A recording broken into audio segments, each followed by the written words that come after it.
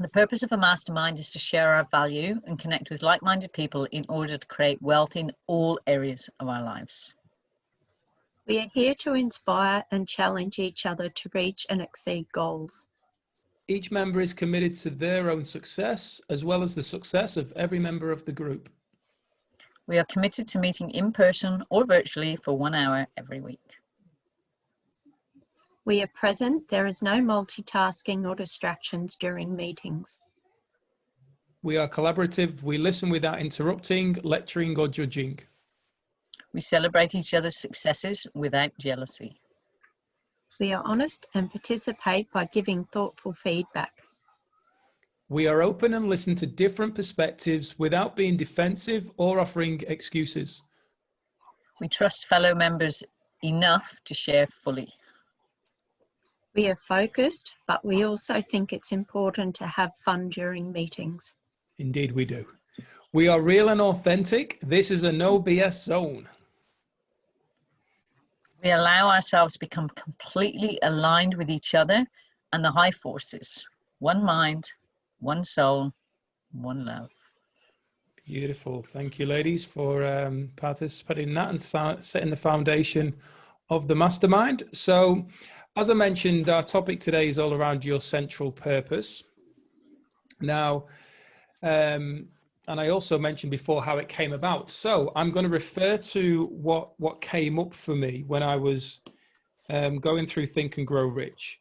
And I got up to this section, which basically was about the 30 major causes of failure. And I literally couldn't read any further. Got to that point, didn't even read them, just felt like there was stuff I needed to refer back to and go over. However, recently I went through them and it really blew my mind, because there's definitely areas of them, because none of us are perfect in regards to everything we do on a daily basis. You speak for yourself. Constantly learning and evolving. Well, I'm going to be real. So, don't you burst my bubble. So going here around what Napoleon was saying, and I'm just going to read part of this section here. So the 30 major causes of failure, how many of these are holding you back? We're not going to go through all 30, but we're certainly going to go through one of them in particular. Life's greatest tragedy consists of men and women who earnestly try and fail. The tragedy lies in the overwhelmingly large majority of people who fail as compared to the few who succeed. I have had the privilege of analyzing several thousand men and women, 98% of whom were classed as failures. This is something radically wrong with a civilization and a system of education which permit 98% of the people to go through life as failures. But I did not write this book for the purpose of moralizing on the rights and wrongs of the world. That would require a book 100 times the size of this one. My analysis work proved that there are 30 major reasons for failure and 13 major principles through which people accumulate fortunes. In this chapter, a description of the 30 major causes of failure will be given, and you go over the list. As you go over the list, check yourself by it, point by point, for the purpose of discovering how many of these causes of failure stand between you and success. I've got lines all over it, and I'm struggling to read this because the stuff come through. So number 2, lack of a well-defined purpose in life. There is no hope of success for the person who does not have a central purpose or definite goal at which to aim. 98 out of every 100 of those whom I have analyzed had no such aim. Perhaps this is why the major cause, perhaps this was the major cause of their failure. So when I was reading that, I just thought to myself, wow, that's powerful when we look at the percentages there that was given. I know this was in 1937, but the percentages that were given back then, and I'm confident to say not much has changed. Yeah. Confident to say not much has changed at all. Pardon? Yeah, I'd agree with you. Like it's, probably 99, only 1 out of every 100. Yeah, and naturally we know that the what we're experiencing here is we got Beebs that's joined us. Beebs Browning. Hello, Beebs.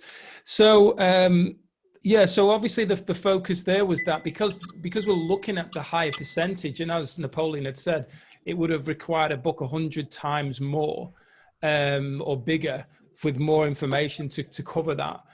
But it just got me thinking around, well, even when Napoleon said here, without getting really deep, because it can be quite challenging for a lot of people to say, I don't know what my purpose in life is. I don't know what I'm here for. And, it's great that other people know that and they seem to be doing that. And then in a way, they feel there's a level of overwhelm or disconnection to self. And what I loved about this as I was reading it was that when he said, there is no hope of success for the person who does not have a central purpose or definite goal at which to aim. And then I thought, well, this is actually making it smaller. So instead of it being this huge thing as in, well, what's my life purpose? It's like, well, actually, what is my definite goal? And it doesn't have to be like the overall life goal. What is my definite goal that I want to achieve maybe before the end of the year? I mean, but what, there's 4 months to go? Is there 3 or 4 months to go? So Not long. Short-term goal, really. But that can be also significant. So I'm just going to mute you there, Beebs, just because we're getting a bit of feedback from, I think you're driving. But just feel free to unmute yourself when you want to jump in. So it was really a case of us coming together here and sharing, if you feel like you're clear on your central purpose, or what your definite goal is. Do you feel that if you don't have any, do you maybe feel like, with the words of what Napoleon shared there, maybe you feel a little bit lost, a little bit disconnected to yourself? Have you found that when you started understanding and maybe even setting goals for yourself, that things started to improve? You started to feel more empowered and inspired to move forward and take better action? What's coming up for anybody at the moment? Yeah, definitely. A couple of years ago, I didn't have, I didn't know where I was going or what I was doing. I didn't have anything really to strive for. And I've really found, since I've started doing like personal development stuff and that it's made a huge difference to have something, because I was struggling and it was like, why am I even here? But until you actually think about it and look for, what am I here for? Yeah, it's just like you're just aimlessly drifting along. Yeah, absolutely. I can resonate there, Lynette. Yeah, I think very much, like, obviously, because this is part of what I do with my clients, and finding purpose can be hard. And I think the more we look for it, the more elusive it becomes. And that's why I like what Martin said about having a goal that you're focused on, because when you are focused on something that fulfills you, there's a pretty good chance you will uncover your purpose on the way to that goal, or when you get to that goal or whatever. Sometimes you realize that that's not what you want at all, and you go off in the direction of your purpose. And I think there's a lot of attention put on knowing your purpose when we live in such a complicated world that is demanding so much of us to fit in, that I think we can sometimes get lost in what we think we should be doing. And we think we should have a big goal. I always remember, come back to is it Rose Kennedy, the Kennedy's mum? I don't know. Anyway, whichever it was, it was the mother of a group of them, and she said her purpose in life was to create world leaders. As a mother, that was her purpose in life. So it was to create world leaders. It wasn't necessarily presidents, but it was to create world leaders. And that was what her focus was. And I work a lot with parents, and I said, well, what if your purpose is to create the best adults you can create? If you can give them the best opportunity to go make a difference in the world, maybe that's what your purpose is. And it takes the pressure off, because I know for myself, like I've said for a long time, that my mission is to change the world in a generation, starting with you, which of course is very vague. Well, what are you going to do to change the world in a generation, whatever? And I'm very conscious that at the moment, my purpose, although I know it in here, I'm not yet able to articulate it in a way that I know encompasses everything that I want it to be. I can see it in here, I can feel it in here. And it's very much to work with people to inspire and empower others to develop the skills necessary to live lives of love, abundance, to create a world of peace and harmony, so that we all live in a safe and generous world of conscious awareness. But finding a way, and I know there's bits of it and there's bits of it, but none of it is quite gelling yet. But I'm not stressing over, I'm using this, and then I know that I started focusing on that, and I also have another goal now, and I'm focusing much more on that. And of course, the beauty of that is that when we're focusing on something that's taking us forward, we're not focusing on what we haven't got, like a purpose. Yeah. So we have to be moving in the right direction, whether it's to our purpose or getting us to the point that we realize that our purpose, oh my God, that is my purpose, I need to go this way. I don't think it really matters. But when we're focusing on something that is taking us forward, then we're winning, as far as I'm concerned. You know, to use Napoleon's other book, is that we're no longer drifting. Yeah. So we're moving forward. Yeah, great share there, Lisa. And you made me think of Steve Jobs, when he in one of his interviews, he said he found himself asking the question each day of something down the lines of, is what I'm doing today what I would be doing if it was the last day of my life? And he found that if the answer was no 4 days in a row, I think it was, or 6 days in a row, he changed what he was doing. Yeah. So it wasn't just that one day going, no, this is one, because we've all got to sometimes just drift, like not necessarily drift away, but step out of what we need to do because something's come up. It's just part of life, but naturally, if we find that we're getting into a state of drifting and doing what we wouldn't want to do, then we're asking ourselves, we're being aware of that. And I think it also brings in another element of, and I've noticed this in myself a lot, more so of late, is they do speak about like Steve Jobs, Obama, Donald Trump in particular. So it's not me saying that it's only a male thing, but that they don't change. They have the same clothes every day. So that it's one less thing to think about. Yeah, I'm trying to think who it was that says that. I think it was actually Steve Jobs who said that. I wear black, and then that is one less decision for me to have to deal with in my day. I'd said that to Beth. Like, she asked me sometimes these questions. I'm like, you know, I'm not being rude. You don't need me to answer them. I don't. They're not important. The more little questions I get, the more it takes me away from where my big decision-making things need to be and the action that I need to be taking.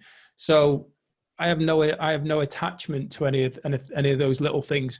But at the same time, it's also appreciating that like in this example, Beth's in a different place to me. She's aligned with the vision and what we're doing, but she's not like Steve. She's not like a Steve Jobs. She's one of the people that's happy to do her role in helping that vision come to life. And that goes back to what I was discussing yesterday on the Gold Star call, was around the power of a team. And for a lot of people, when we mention team, especially in business, you know, a lot of people are like, oh, it sounds like it's going to be a bloody cult or a pyramid scheme or recruiting and all that kind of stuff. And it's like, well, to be fair, every single person who we would class as successful in society, just to pick in, especially in sport, Novak Djokovic, singles tennis player. But you know what? He's looking up in that corner to his team that work with him. When he's off the court, when he's not on the TV, he's got a team around him supporting him. He's got people preparing his meals, no doubt, and doing all these different things and massaging. There's a team that's involved to create that level of success. And And what he needs to be focusing on is obviously, I don't need to be thinking about my food and when I'm going to cook it. All I need to do is, this is the time I eat it, I'm back out training. That's where I need my energy and focus. And I feel that because, like you said there, Lisa, as well, when we're clear on that purpose to a degree, I think really when we break it all down, we are all here to, this is my opinion, we are all here to experience struggle, challenges in life. That's my perception. And I never used to think that way. I always thought we are here to experience love and to share love. And I was challenged by it one day by this lady. I had a meeting with this lady that I didn't know her. My business partner, Dave, said, you need to speak to this lady. So I caught up with her and she said, well, what do you think about this? If we come from pure love, and I'm like, that's what I agree. We come from pure love. She said, how can you know what pure love is if you don't experience the opposite? So we come here to this world to experience it and to understand what it truly is before we go back. But we also have the opportunity to share it and be there and share love. So it's not just about being all in pain and being negative. It's actually about understanding how valuable it is and the energetic level of it. And therefore, when people say around, well, what's your purpose? And I go, it's to be love. And like, once again, well, what does that mean? And it just sounds a bit la-di-da. Well, it is. It's to be love. It's to feel love, to understand love. It's to express love. But the way that I do that is also in a way from a point of fitting into society is in the way that being on these calls right now, my time, the most valuable thing I have, to spend the time with lovely people and connect with other people around the world, to share my life experience, my beliefs, my vision, whatever it may be. But then knowing that, as was said earlier on, stepping into what feels right and aligns for me, not for somebody viewing on the outside, but for me. And that's just quickly, because I'm not taking over the whole of this call, but I remember being at an event where, get off my stage. Yeah. Where he missed a week, and look at him, he's making up for it. So he and this guy came in, and he was known as Mr. Google health industry, massive avid researcher. And the first question he opened up with on his presentation was, who in the room is a vegan? And I don't like labels, I don't like boxes, but at the end of the day, I understand that's what we do to help people understand on the outside. And I'm like, yep. So he goes around, and then the next thing he does is he says, why are you a vegan? Why are you a vegan? Why are you a vegan? Blah, blah, blah. And a lot of it was all around animal cruelty and stuff, which I align with. But for me, I just said to him, because when I eat plant-based foods, the energy that I feel and the energy that I emit is far greater than I've ever experienced before. And he was like, wow, I've never heard that. But I was inspired to go plant-based through the book, The Celestine Prophecy. That was the book that actually encouraged me. It's the first book I ever read since I left school. And I was just captivated in what I was reading. And I just felt like I needed to go down that road. And it's been brilliant for me, especially when I'm eating as healthy as I can, fresh fruits and vegetables. And it's those kind of things that I feel help create that central purpose where you just know that it's right. You know it's the right thing to do for you, irrelevant of what anybody else thinks on the outside you should or shouldn't be doing. That to me is that purpose or that central purpose being achieved. Yeah. Keep talking. You make so much sense. Well, I was actually going to say that for me, and I agree with an awful lot of what you say there, Martin, but I feel that our purpose, I feel that our purpose here on this life is to do what you said, experience all of those things so that we can remain love through them. You know, people talk to me, we talk about meditation and stuff, and they say, but I can't meditate and it's too noisy and it's whatever. And I say, well, the purpose of being able to meditate is to be able to bring that state into any environment in the world. So you could be on the tube, you can be in the middle of the war, but to be able to go into that space, that meditative space, is, for me, is the goal. It's not to be able to go and sit in a room or in a beautiful environment that's all peaceful and soft music and all that sort of stuff. It's to be able to take what I've learned and bring it into the turmoil that can be life. So when you're talking about love, Martin, for me, I'm going through these experiences, and you know, I call it manure. And I get it by the freaking trailer load sometimes, but it's manure because it helps me grow stronger.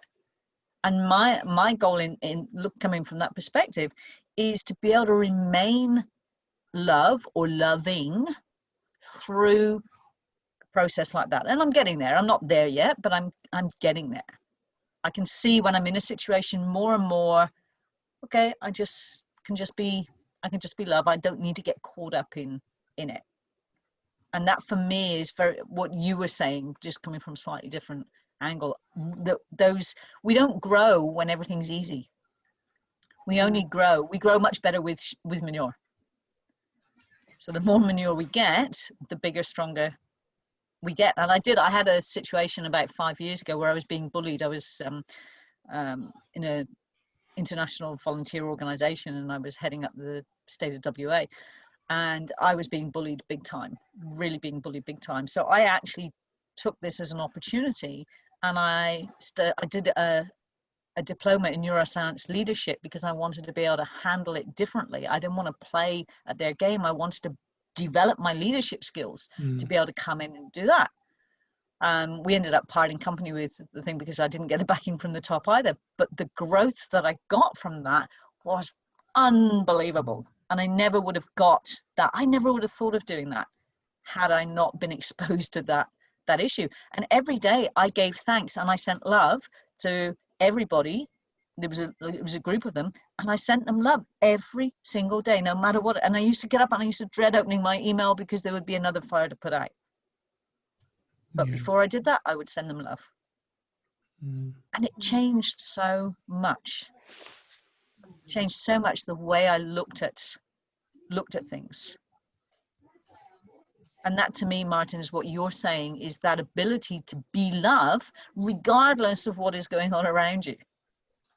Yeah. Or going on for you, to be able to maintain that love and keep that beautiful vibration that is just a bit of a life raft for anybody else who feels like they're sinking. Yeah. That's my perspective. Well, I can relate from, and feel free to jump in, Beebs, if you want to. Yeah.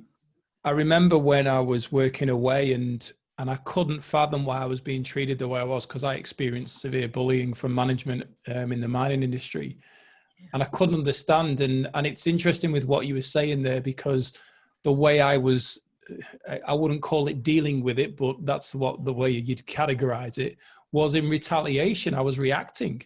And I was treating the way they were behaving with me and putting me in those situations, but from a place of just a fiery, uncertain, frustrated, just didn't know how to deal with it. So, and yet I listened to an audio. There's a guy called Dr. Charles Stanley, who's a pastor in America. And and I downloaded an audio of his back in 2013, I think, called Victim or Victor. And in this talk he was doing to his congregation, he actually spoke about the way things happening in our lives and how we choose to react or respond to them. And when he was sharing this story, I just got this incredible heat right from my toes right the way up to my crown, just in knowing that I was going through this for a bigger reason than I was aware of at the time, but it would become clear.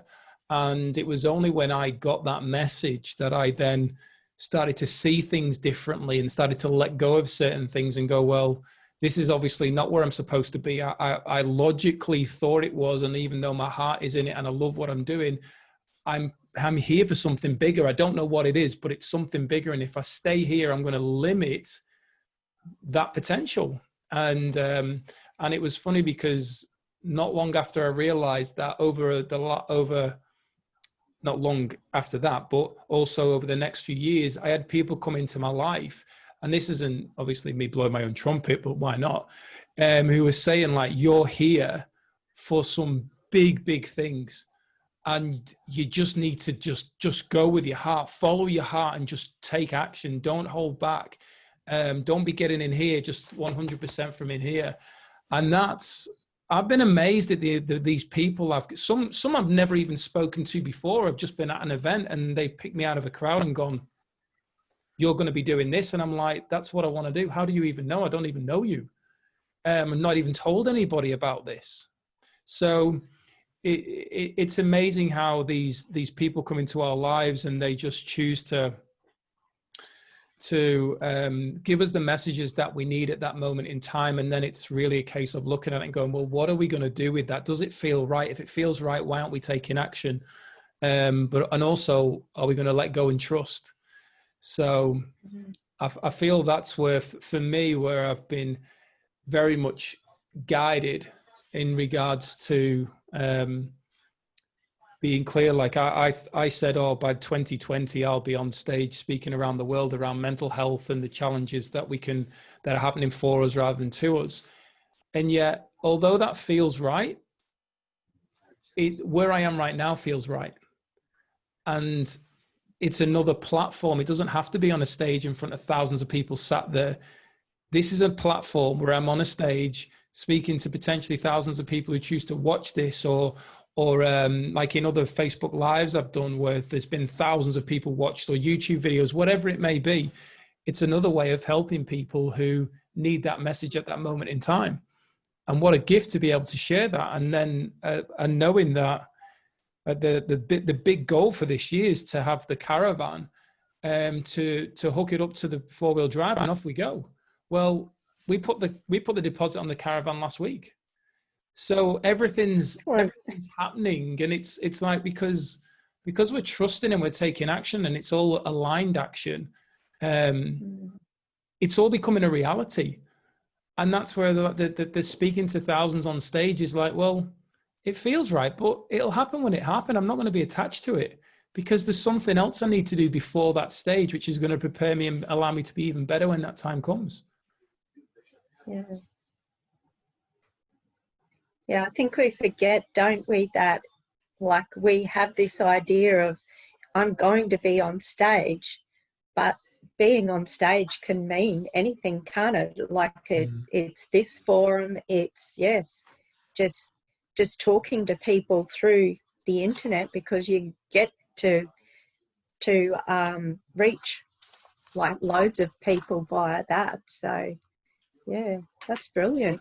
Being on the internet is the world stage, isn't it? It is, yeah. Yeah, and I think that's also what we forget at times. I think some of us, we get caught up, especially when we see other people out there who may be getting further ahead. I'm not coming from a place of judgment or negativity, but just from that thing of, well, when's it going to happen for me? It's like, it'll happen when it's the right time to happen. But don't forget that you've already got the platform right on your fingertips to do it. And do you know what? The majority, the mass majority, haven't got the bums on the seats in the event space. They're actually on the phone or on the computer. So there's a far bigger audience that way. So why wait to just be in the room to share our value? Why not share our value now? Which is actually a question for myself. Why aren't I sharing more value right now? So there we go. It came up for me, that one. Yeah. So with that then, right, the question around when you think of central purpose, what comes up for you? We mentioned around Napoleon sharing in his book about the and Beebs, once again, please don't feel that you can't jump in, even if there's a bit of background noise. Please jump in at any point. Just tell me to be quiet. I'm more than happy to shut up. Used to that. We always go around with what Napoleon was saying there around not getting frustrated and so on, around that definiteness of purpose. or the central purpose, but also that goal. So what is your goal for this week? Like, before we have the call next week, what is your definite goal that you want to achieve? And it's irrelevant of how small or how big it may be. What is that goal?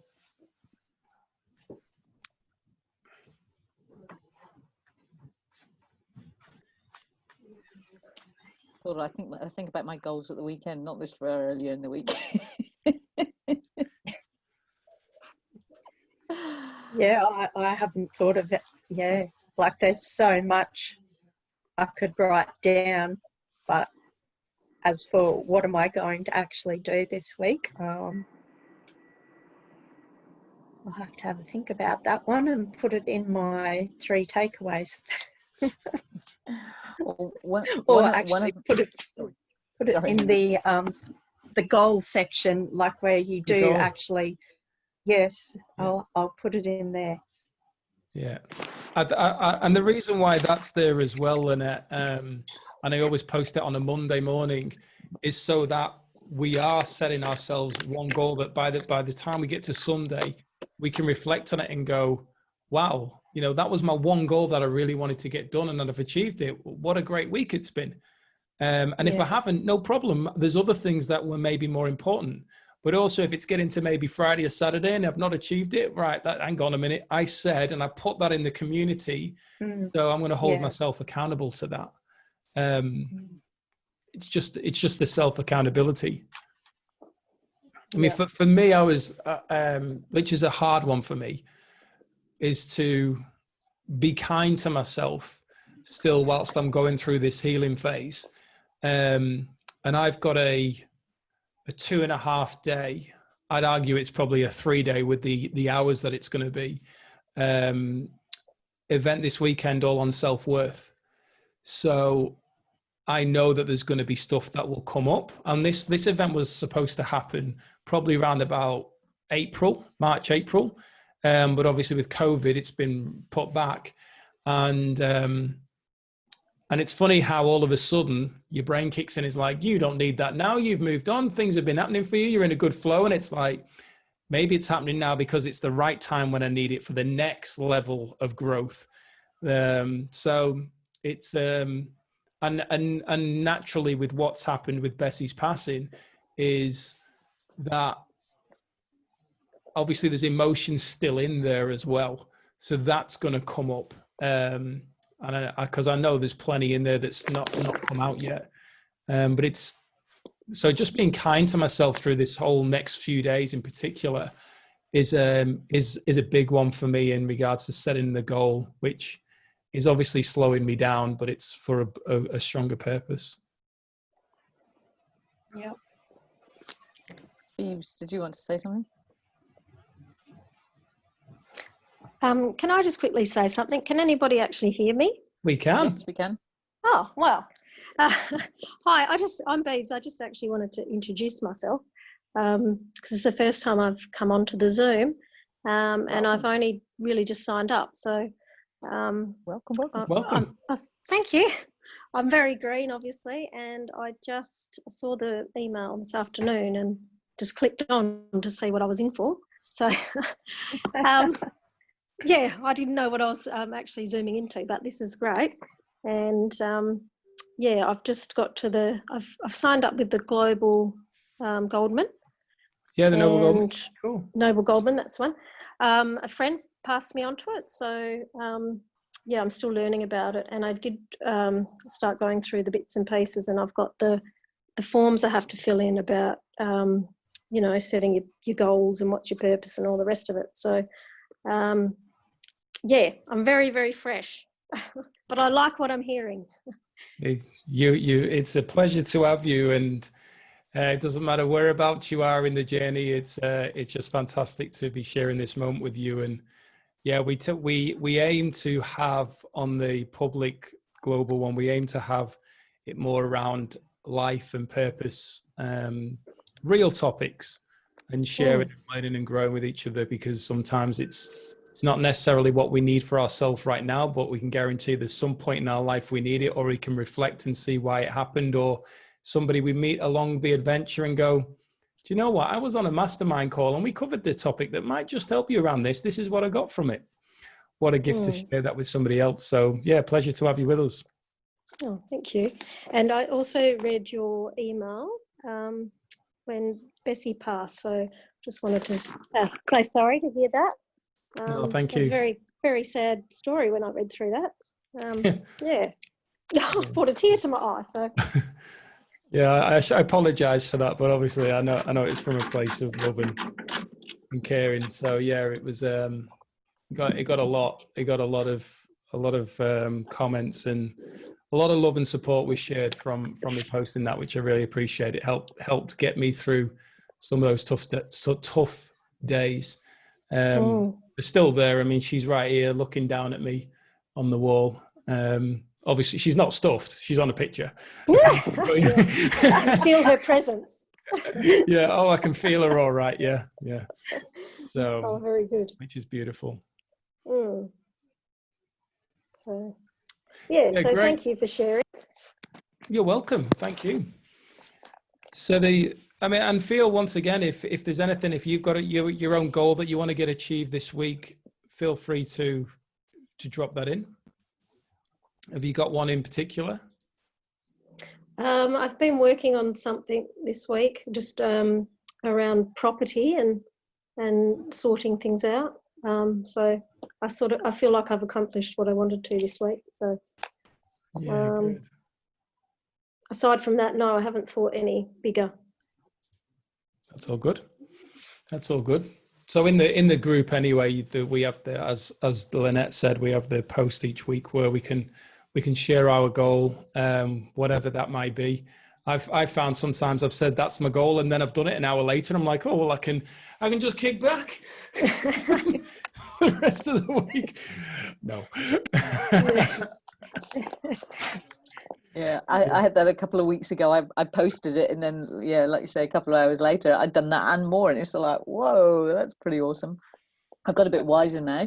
And my goal for this coming week, as for last week, is to maintain the 90-day challenge. There's a lot of emotional stuff going on at the moment on a global conscious collective, and I'm certainly riding a roller coaster, as are my little team of 4 accountability partners. And it's remembering that success is the progressive realization of a worthy ideal. So as long as I do just one thing on there every day, I am successful. And that hit me last night, where it was like another day of, oh God, I've only done this much. And that came back to me. Success is the progressive. That's the only word that matters, is progressive. Yeah. So as long as I'm doing at least one thing, and I'm doing more than one, but as long as I'm doing at least one thing, I am successful, as opposed to looking at what I haven't done and going, oh God, I'm useless. Yeah. So turning that around. So this next week, I had another big session yesterday, which knocked me out yesterday. It was an amazing session, but for the rest of the day, I was just like, the brain wasn't functioning at all. So I feel like the whole week I've been in playing catch up. But if I look back at what I have done at least half of it every day. So awesome. I'm seeing that as successful. So my goal is, and the other thing about doing this goal, Martin, is that I'm not finished within 2 hours, right? Because it's today and it's tomorrow and it's the next day and the next day and the next day. So it's to maintain that and to maintain some support for the other members of the team, because we're all going through some stuff at the moment. So being able to support them and make sure that we can all just do just one thing a day, as at the very least. And then we're working through the 90 days. We're in week 2 at the moment. So that's my goal. And that's Adam's just said that he's in the middle of a storm, so his internet's not very good, hence why he's not with us tonight. But I also know that, like, when we look at the abundance game, all the tracking that we've got for all the Noble Goldman free members, for everybody to just access, I noticed that when I started actually implementing that, so checking in at the end of a day and making, highlighting where, because I'd put all my goals in the areas for the rest of the year that I wanted to achieve, and then highlighting that my study's been this amount, then my visualization's been this amount. Especially for me, productivity is always through the roof, because I'm just a gun and just go and go like an Energizer bunny, and that. But it's so good to actually then see a visual chart rather than, and we used to talk about this spoke about this rather when I was in the mental hospital, around overwhelm and things that were actually creating anxiety in regards to like a big list of tasks that we needed to do. And it's great to scrub them through. And that's why I always talk around your 3 big rocks. What are your 3 big rocks you want to get done each day, on that day, that are the most important tasks to get done? Everything else on top of that's a bonus. But I found personally with actually accessing the abundance game tool is just massively shifted, even energetically. And I also think from a manifestation point has created those to be achieved far quicker with so much ease. I don't feel pressured or stressed and just seem to be in a flow, because it just feels like an organic purpose, like an organic adventure, that kind of thing. So can't think of the right word that was wanting to come out, but that'll do. Yeah. And I totally agree with you, Martin. I've been amazed at the difference just that has done. And I can't tell the number of times I've turned off my computer, gone to bed and gone, I haven't put my tracking. And I get up and I put my computer back on and I do my tracking. It's just like crazy. Phone. Oh yeah, I never thought about that. I just do everything on my computer. Look, it's a generational thing. The phone is something I think about after I've done everything else. It's not like, oh, I'll do it on my phone. Like my daughter does everything. She sends me stuff on. I'm like, I can't read that on my phone. On my computer. But Well, I have to go on. Go on, Lynette. Sorry. Yeah, I'm going to have to go and access that, because actually yesterday I was so overwhelmed and I was just like beating myself up because I have so much stuff to do and I couldn't do anything. Just do it, Lynette. So yeah, I'll have to get on. What I found at the beginning is where it was really powerful. Like, when you're just getting started and it's not quite the focus. I would get to the end of the day and I'd go, oh shit, I haven't done anything. Well, because you don't have to do a set amount, it's asking you what you have done. I'd go, oh, I can do 2 minutes visualization. I can do 2 minutes affirmation. Tick, I've got something on my list. And it's amazing. Yeah. It's amazing that what happened within a couple of days was I was starting to think, all right, 2 minutes visualization. Well, 2 minutes of this, 2 minutes of that, whatever. And I started to, it focused me. It's definitely started to focus me on moving where I want to go. And it's crazy because, like I said, you look at it, it's just straightforward. It's no different than writing on a piece of paper or whatever, but there is something about it that changes. So I go in every day and it's part of my evening ritual just before I go to bed. I go in, I do my my gratitude at the top, and then I just go through, and I don't do all the goals every day. There's 2 or 3 goals that I'm focused on, mostly my health and financial stability, and I just go through those. And like my health one, every day my productivity is through the roof because I walk, I spend time creating good food and that sort of stuff, but there's no study in it at all, because at the moment I have all the knowledge that I need. I do the visualization, do the affirmations, but I don't do the study. So my productivity on that is through the roof, whereas on others there's still a lot more of the 3 going on before I do. So there's, in some of them, there's no productivity yet.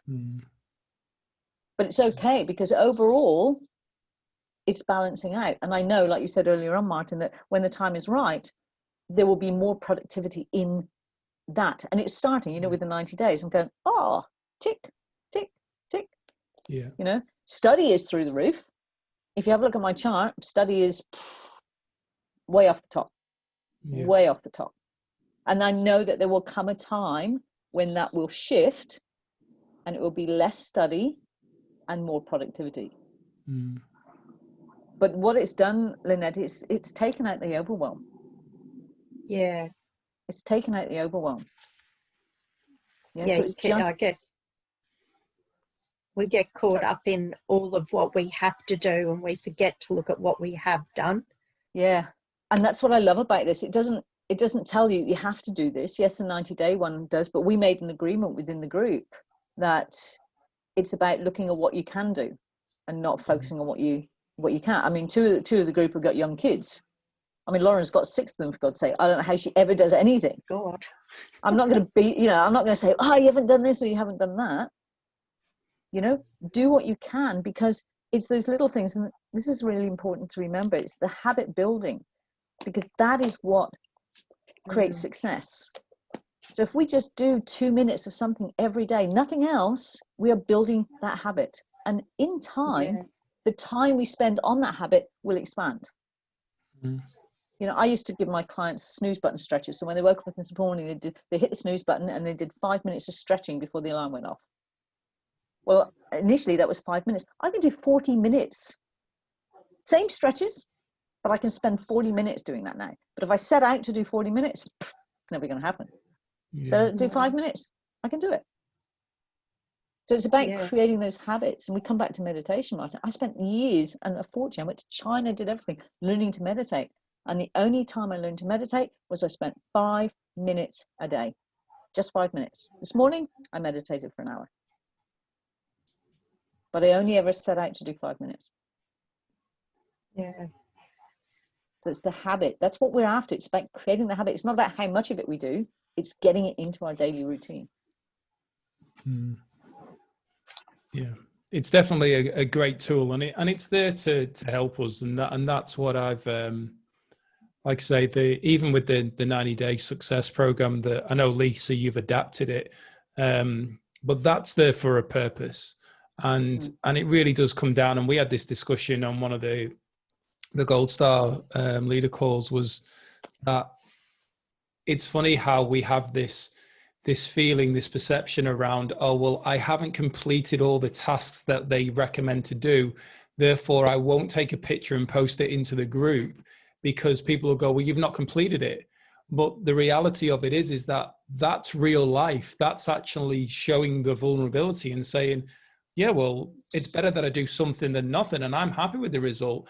Because if people feel that they can't, there's no point in them doing, like in this case, a 90-day success challenge unless they can complete everything every day. That's not reality. The focus is by day 90, you'll have built, like Lisa just said then, the habits that then help continue that flow and effect, and therefore potentially are ticking all the boxes. But it could take the 90 days.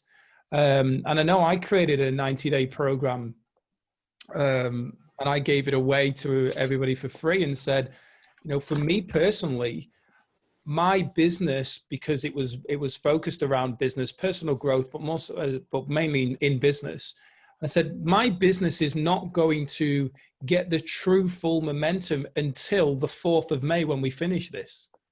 And they were like, well, why don't you want it to happen early? And I said, because there's so many areas that need to be being actioned every day. And I haven't got the time to be actioning them every day. And I'm not in that mindset of making the time, like Lisa said, 40 minutes for exercising and doing stretching. Like if I think 40 minutes for exercising, I'm like, no, but I can go to the gym. And in all fairness, it takes me 15 minutes to drive there and 15 minutes to drive back. So that's half an hour sat in the car. I could have done half an hour here stretching, never mind drive. And then I get in the gym and I'm in that zone. And an hour's gone, and I'm like, wow, where did that hour go? But the process of going through and just building those habits, and that's even with what you said there, Lisa. I realized that I've missed, I think, 2 days now, and I would have got frustrated about that. However, I'm allowing myself to go, hey, just to even be showing up and doing a couple of hours work is a challenge for me right now. And that, to just be grateful for giving that a bit of time to just be still involved in things, is also that habit building of love self. love self. This is your time. This has happened for a reason of you needing to take a step back because you've put so much in. It's not Bessie didn't pass for me to chill out, but do you see where I'm going in that realizing and just going, okay, well, maybe it is time to slow down again. And I know that when they do the Eric Worre spoke about the 90-day sprints, you do like 90 days full flat out, and then he'd just have a week or two off because he needed to after all that effort that went into it. The car can't keep going at 100 miles an hour. Eventually, things start to go wrong. So, so I definitely feel it's worth accessing and taking the time to put it in there because it will send you off soaring. And that's the thing that, did you get my email recently, Lynette, around getting your account, your profile set up? Yeah, I did. And I'll go and do that after we finish here, I think, because, I want to, I need to get it all set up and The abundance game's amazing. It really is amazing. Right. And it's just so simple. Once you're set up, it's so simple. And even like the visualization to travel around Australia for me is one of my goals. So you break down, well, how does that become a reality from a productivity point? So what is the work needing to be done before that can happen? But even the visualization of thinking about, the other day we were driving along, we're going to Beth's mum and dad's farm. And I said to Beth, all that I can see right now is looking in the mirror and the caravans behind us. Like I'm already in that visualization. I've got half an hour of driving and I'm in that visualization of, wow, all these things going on. And she's like, I said, are you there? And she's going, no, I'm not even thinking like that yet. And I'm going, well, there's half an hour visualization for me on my abundance game because I'm in that space. And it's still to be rewarded to self. It's great to go back and like fill that box and click on it and go success. Because it's like, I have actually achieved something today that means something to me as in my goals. And it's such a fulfilling and rewarding experience, I find, when I do it. That's my goal for the week. Good goal. Awesome. And I think, Martin, that the thing that is really important for me with the abundance game is it focuses on the visualization and the affirmations. And so often that is left out of being part of achieving goals. So for me, like you say, just doing that, I go for a walk and I'm doing my visualization as I'm walking, and my affirmations, and it's all, each affirmation I'm giving has got a visualization that goes with it. So I'm doing both as I'm going along. So those are always up there, although the visualization sometimes isn't, but the affirmations are always up there because I walk for an hour, at least an hour every day, doing my affirmations. But in so much goal setting, that's not even in the equation. And yet it's so important, because if we want to feel it in our hand, we have to be able to see it in our mind. And when we can feel it in our mind, feel it in our heart, it's guaranteed. Guaranteed. So there's so much in that I love. I just love the whole concept. As Martin knows, all my clients in future will have to sign up as free, because this will be part of all the coaching work that I do, whether they like it or not, because it will add so much value to what I already do. And I teach Bob Proctor's program, and it's already the most incredible program. But just this one thing is going to add so much value. Amazing. Beautiful. Right. Well, we've just gone a little bit over time, but it's still perfect. It's always perfect. So thank you, ladies, for sharing this time for me. I'm absolutely honored to be the only man in the room. I always love it like it's this way. So next week, as always, there's the Wednesday morning call at 9 a.m. and then this call on a Thursday evening, 5:30 for us here in Perth, Western Australia. So I look forward to connecting with you on the live call next. And remember that in the Your Desired Success group, share your 3 takeaways as well. We've got the Gold Star Leaders call in 20 minutes time. So a lot to cover in that, which I'm looking forward to. So go and enjoy your evening. I'm looking forward to hearing about you being all set up, Lynette. Yep, for sure. And us all achieving our goals. So go and have yourselves a wonderful evening wherever you are, a day in the world. Bye for now. Thank you, and thanks for See you on the next call. And see you, all your girls. input. Yep, see you. Bye.